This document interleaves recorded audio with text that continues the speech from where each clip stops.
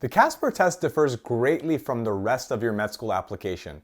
Rather than evaluating your academic ability or medical knowledge, it's meant to help adcoms determine whether you have the personal qualities that would make you a great med student and future physician. Although you can't study for Casper the same way you study for the MCAT, there are still plenty of preparations you should make in order to score well. After all, you can only take Casper once per application cycle. If you're looking for sample questions and answers for Casper, check out our How to Ace the Casper test video.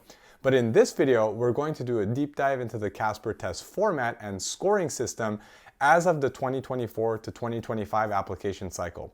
Keep watching to learn what to expect on test day, how the test is structured, how to prepare for the different types of question and answer formats, and how your performance will be evaluated. Make sure you stay tuned till the end when I'll describe the differences between Casper and AAMC PREview, the relatively new Casper competitor that's quickly gaining popularity in the med school admissions world. Before we jump in, don't forget to like this video and subscribe to our channel so you can be the first to see our new uploads with all the latest updates and guidance on med school admissions. First, let's quickly review the facts.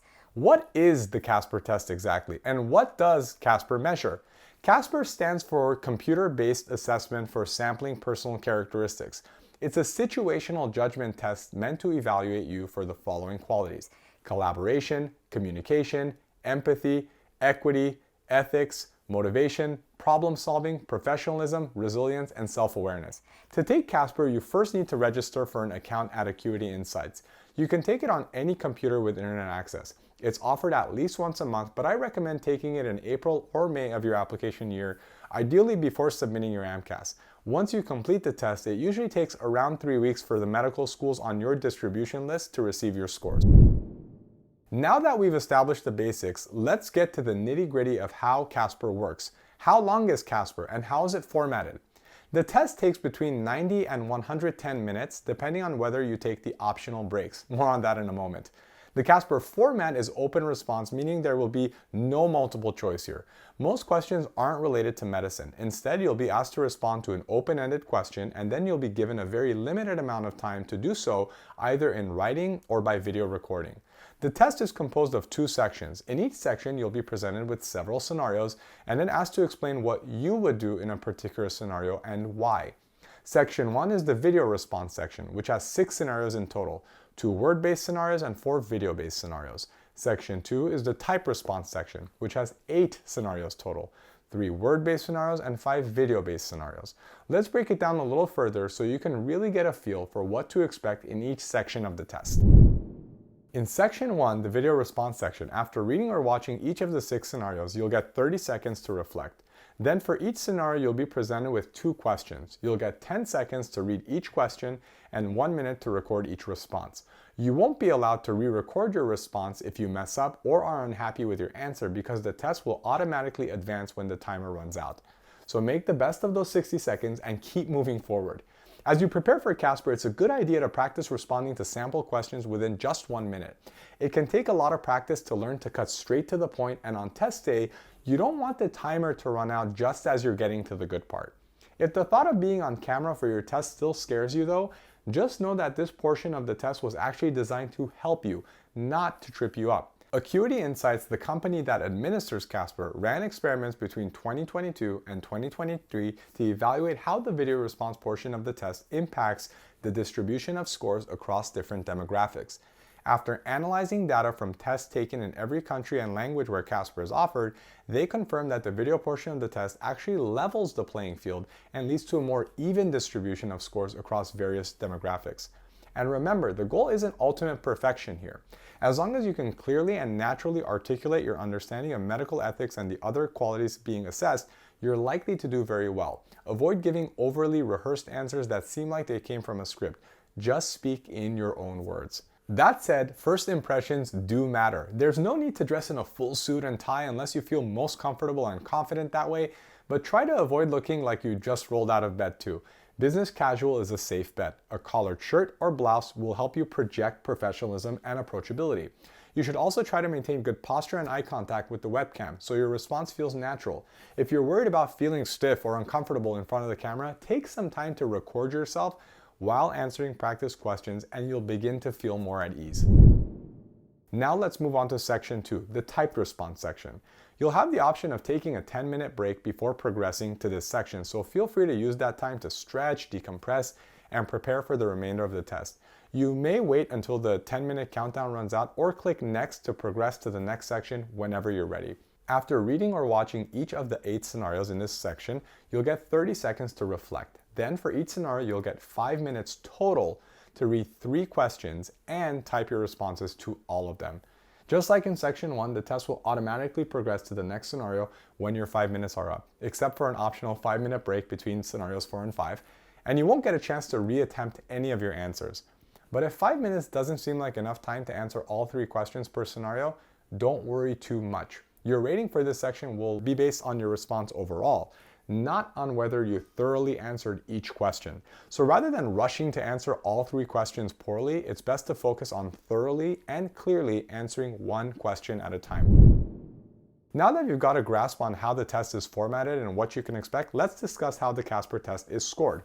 The Casper scoring system is designed around raters. Each rater is assigned to a specific scenario, and in addition to being trained on how to evaluate responses to that scenario, they also undergo implicit bias training. For each of the 14 scenarios, a different rater will provide a numerical score for your responses on a scale from 1 to 9, 9 being the best. Your official Casper score will be in the form of a z-score, which reflects how many points your score deviates from the average score of other test takers on that test date. For example, a z-score of 0 means your score is average compared to the other test takers on that date. A score of +3 means that your score is 3 points above the average, and a score of -3 means you were 3 points below the average. The schools on your distribution list will receive your z-score around 3 weeks after your test date. Although you won't get to see your own z-score, about a month after your test, you'll receive your score in the form of a quartile.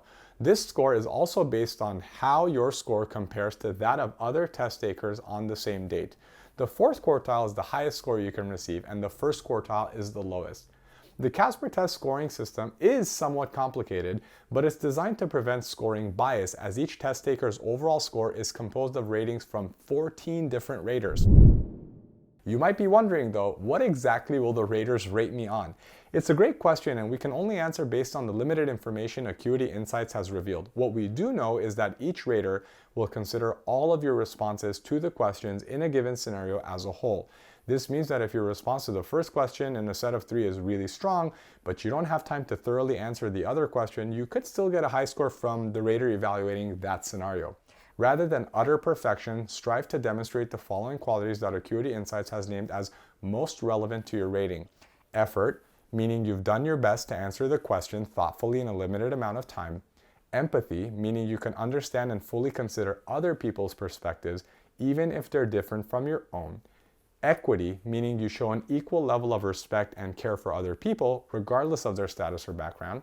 Communication, meaning you're proficient at respectfully articulating your ideas and opinions. And familiarity with the medium, meaning you prepared for the test ahead of time and knew how to navigate both the video and type response sections. It's important to note that perfect spelling and lack of typos won't get you any bonus points here. You'll be rated on the substance of your response, so don't sweat minor spelling or grammar errors as long as your responses are legible and not negligent. Your raters will know you're on a time crunch.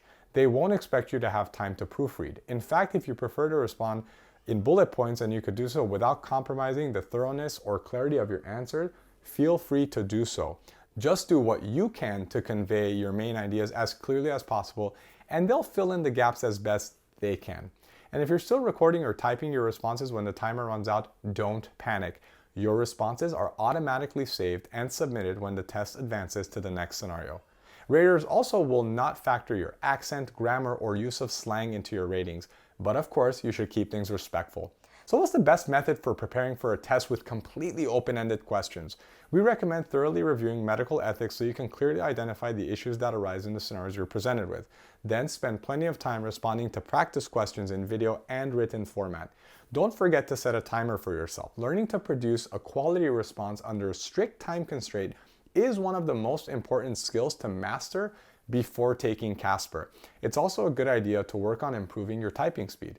And if you're looking for top-notch practice questions, check out our Casper Mastery video-based training course, where you'll learn all of the strategies you need to achieve your maximum score and gain access to full-length practice tests. You'll also be able to analyze examples of excellent, average, and poor sample responses for every scenario so you can see how yours measure up. In addition to practicing your responses with practice scenarios, here are some logistical preparations you should make to ensure things run as smoothly as possible on your test day.